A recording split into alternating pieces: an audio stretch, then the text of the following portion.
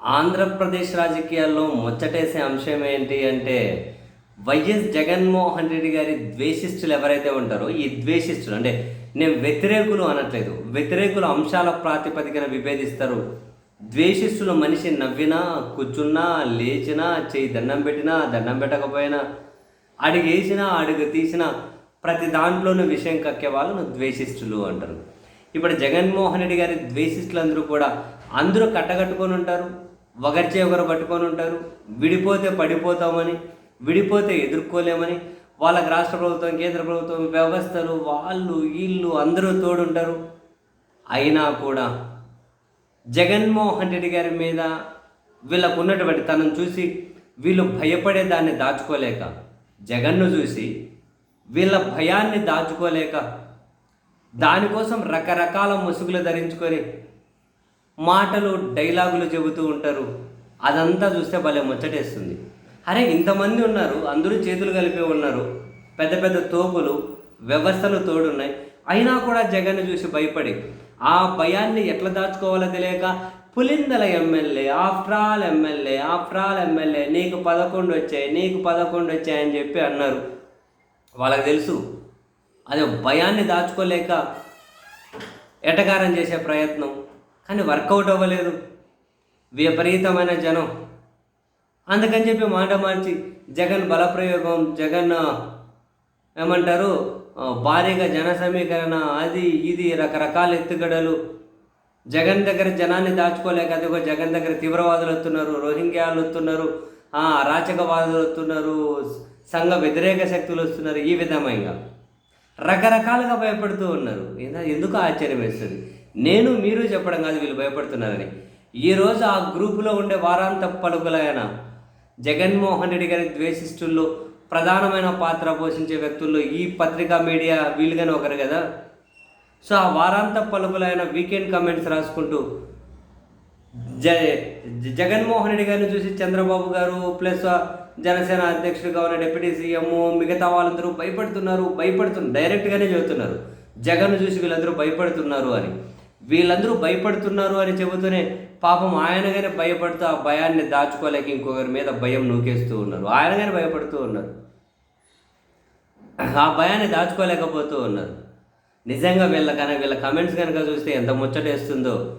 ఈరోజు ఆయన రాసిన వీకెండ్ కమెంట్స్లో కొన్ని ఆనిముత్యాలు లాంటివి ఏంటివి అని అంటే, రాజకీయ పార్టీలు వాళ్ళు కొట్లాడుకోవాలి, వాళ్ళు కలబడుకోవాలి, మధ్యలో మీడియాని మమ్మల్ని ఎందుకు టార్గెట్ చేస్తారు అని. అసలు వీళ్ళకి అనిపించదా అరే మనం ఇవన్నీ రాస్తే చూసి నవ్వుతారేమో అని. మీడియాని మీరు అనుకుంటే సరిపోతుందా? ఆ ఛానళ్ళలో కూర్చొని డిబేట్లు పెట్టుకుంటూ కథనాలు, వార్తలు రాసేటివి. ఆ రాజకీయ పార్టీలకు మించిన విషయం మీరు కదా కక్కేది. ఆ రాజకీయ పార్టీల కంటే ఎక్కువ చించుకునేది మీరే కదా. భలే కామెడీ ఉంది, సీరియస్లీ భలే కామెడీ ఉంది. ఎక్కడో నిజామాబాద్లో మారుమూల గ్రామంలో పుట్టిన నేను ఇటు కేసీఆర్కి అటు జగన్కి ప్రధాన ప్రత్యర్థిగా మారే అంత స్థాయికి ఎదిగాను అంటే గర్వంగానే ఉంది.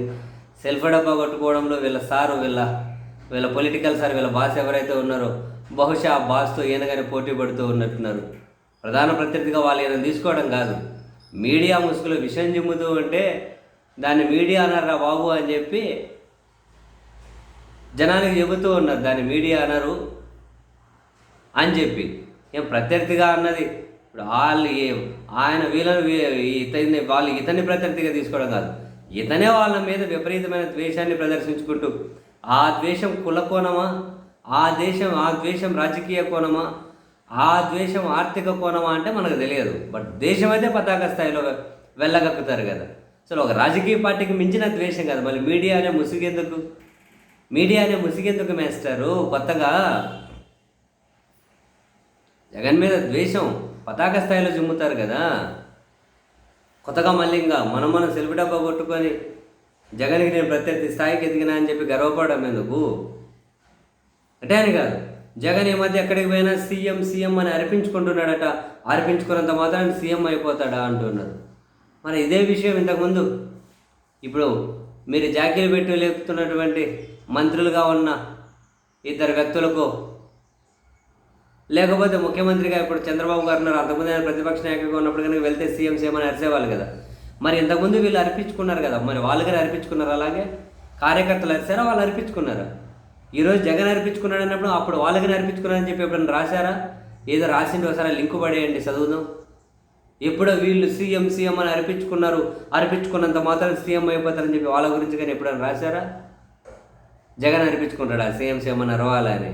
ఇప్పటివరకు సీఎం కాని వాళ్ళు అర్పించుకున్నారేమో, అట్లేమన్నా కూలి ఇచ్చి అర్పించుకుంటారేమో. జగన్కి అయితే అవసరం లేదు కదా, 151 సీట్లతో ఒంటరిగా పోటీ చేసి చరిత్రలో ఎవరికి ఆ రికార్డు సాధ్యపడకపోవచ్చు ఒంటరిగా పోటీ చేసి. మరి సీఎం 5 ఏళ్ళు చేశారు కదా, పొత్తుల్లో ఇంకొకటి దయాదాక్షిణ్యాలు కూడా లేవు కదా, కొత్తగా అర్పించుకునేది ఏముంటుంది? అంటే జగన్మోహన్ రెడ్డి గారిని చూసి వీళ్ళంతా భయపడిపోతూ ఉన్నారు.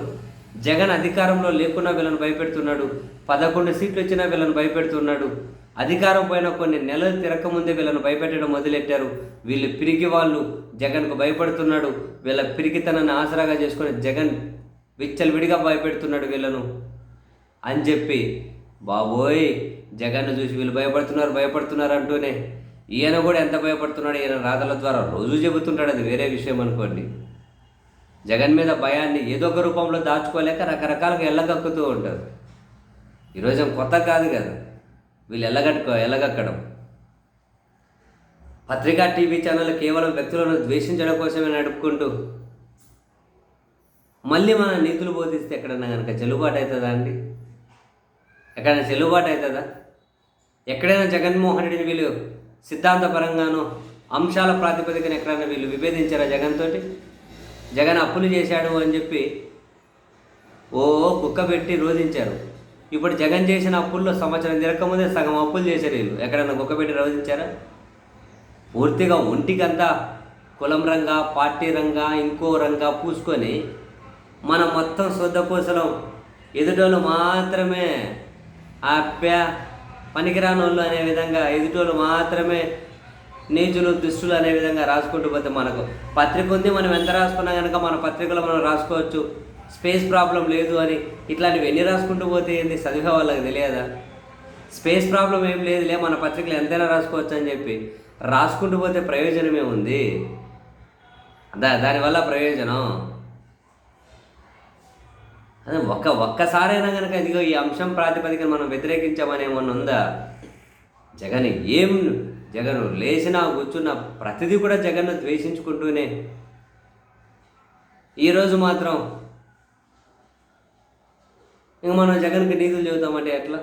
కానీ ఒకటైతే క్లియర్ లేదు, ఇప్పుడు పాలకపక్ష మీడియా జగన్ను చూసి మరి ఎందుకు వీళ్ళు ఈ స్థాయిలో భయపడుతున్నారో, మన ఆ భయపడే వెనక మళ్ళీ పార్టీ కోణమో, కుల కోణమో, ఆర్థిక కోణమో మనకు తెలియదు, ఏదో కోణం అయితే ఉంటుంది కదా. మరి అవి ఏమన్నా దెబ్బతింటాయేమో, జగన్ అధికారంలోకి వచ్చేస్తాడు అనే అభిప్రాయం కలిగిందేమో. ఈయన చెబుతూ ఉన్నాడు, చాలామంది మంత్రులే భయపడిపోతున్నారు జగన్ అంటే, ఈ 4 ఏళ్ళు ఎట్లా ఒకటి అధికారాన్ని కానిచ్చేద్దావరా బాబు, తర్వాత పరిస్థితులు ఎట్లుంటాయో, జగన్తో మనకెందుకులే అని చెప్పి భయపడిపోతున్నారట మంత్రులు కూడా. ఈయనే రాసుకుంటూ వచ్చాడు. ఏ మాటకు ఆ మాట, గుంపులు కట్టలు కట్టుకున్న, గుంపులు ఒకరిచి ఒకరు పట్టుకొని నిలబడ్డ వ్యవస్థల మద్దతుతోటి ఎన్ని చేసినా జగన్ మీద భయం మాత్రం వీళ్ళకు పోవట్లేదు అంటే నిజంగానే జగన్ చరిత్ర గుర్తుపెట్టుకుంటుందయా నిన్ను.